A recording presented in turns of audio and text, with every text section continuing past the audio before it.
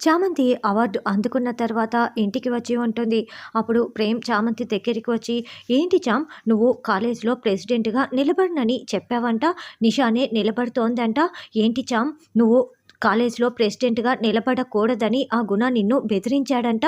అందుకే నువ్వు గుణకి భయపడి ప్రెసిడెంట్‌గా నిలబడడం లేదా" అని ప్రేమ్ అడుగుతూ ఉంటాడు. "నాకు ఇంట్రెస్ట్ లేదు బాబు" అని చామంతి అంటుంది. "చూడు చామ్, నువ్వు ప్రెసిడెంట్‌గా నిలబడి వాళ్ళ సమస్యలన్నింటినీ తీర్చాలి. వాళ్ళని అందరితో సమానంగా అందరూ గౌరవించేలా చూడాలి అని కోరుకుంటున్నారు. అందుకే కదా నిన్ను ప్రెసిడెంట్‌గా నిలబడమని స్టూడెంట్స్ అందరూ కూడా చెప్పారు. కానీ నువ్వేమో ఇలా ఇంట్రెస్ట్ లేదని చెప్తే ఎలా? వాళ్ళకి భయపడి నువ్వు తగ్గుతున్నట్లు ఉంది చామ్. వాళ్ళకందరికీ న్యాయం జరగాలంటే నువ్వు ఖచ్చితంగా నిలబడాలి చామ్" అని ప్రేమ్ నచ్చచెప్తూ ఉంటాడు.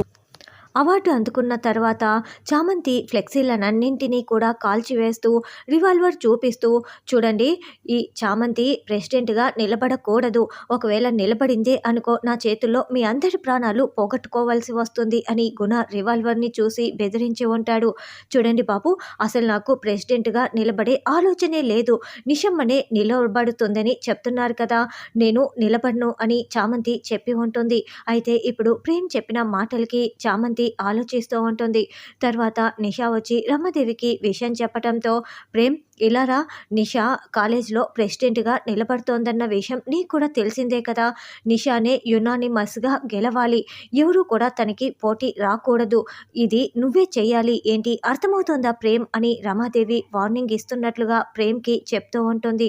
ప్రేమ్ ఏమో చాలా కోపంతో రగిలిపోతూ నిషా వైపు చూస్తూ ఉంటాడు.